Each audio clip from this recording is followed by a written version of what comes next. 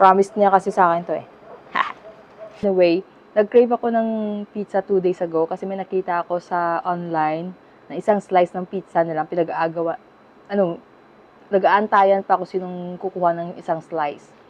So, pinakita ko sa asawa ko, sabi ko gusto kong kumain ng pizza. So, ayan, ang promise niya. So, sabi ko, since hindi pa nakatikim ng Angel's Pizza, dito na lang kami bibili.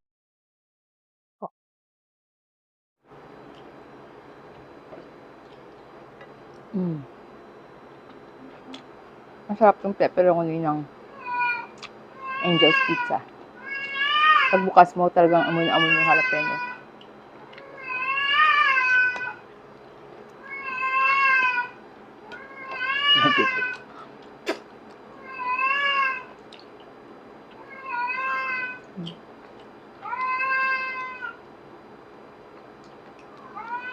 $660